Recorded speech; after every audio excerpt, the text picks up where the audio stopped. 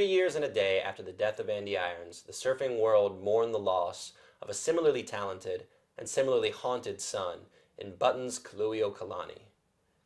He died in California from lung cancer at the age of 54 and is survived by his wife, 8 children, and 9 grandchildren.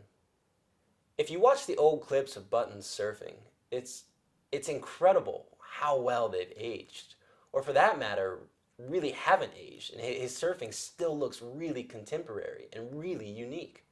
It's got this incredible style and flow, and everyone always talks about how spontaneous it was, and as much of a cliche as it is, it's still a really apt word to use, because I don't think his spontaneity was matched in his time, nor probably has it been matched since. With guys like Larry Bertlemann and Mark Liddell, to name just a few, he helped pioneer what we today call high-performance surfing. And he did so on these tiny little single fins. It was just incredible. Despite never impressing the judges the way many people thought he should have, Buttons made an indelible imprint on the DNA of surfing. As Jason Bort recently wrote, "Buttons, those dudes scribbling down the numbers were 3 rungs down the evolutionary ladder from you." But it was that fun-loving nature and lack of discipline that so many people point out that was probably also what helped push him in the direction of drugs, like heroin, that often blighted his life. The narrative of the hot young surfer who falls into drug abuse is now, unfortunately, pretty classic within the surfing community. But the way that Buttons dealt with his problems was very unique. Unlike many, he chose to put everything out in the open. And in doing so, he hoped to be able to influence the people younger than him to not make the same mistakes that he had made. It's really, really difficult to make yourself into a public service announcement. But that's exactly what he did, through both magazine interviews and on YouTube. Go over to YouTube and watch some of the videos. They're long, they're rambling, they're sometimes full of cliches.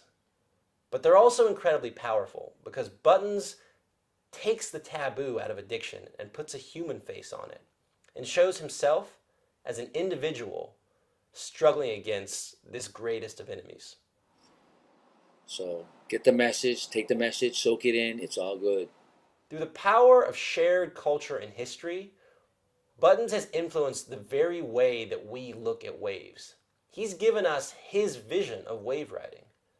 So now when we look at a wave or think about how we want to surf it, we think and we see with the same eyes that Buttons originally traced those amazing lines on the waves in the North Shore. So every time we do a cutback, every time we hit the lip, and especially every time we do one of those crazy carving 360s that are so specifically of Buttons, we're doing so in his lineage, and the lineage that he shares with a pantheon of great surfers. In a way that's really only shared by the great dance choreographers of history.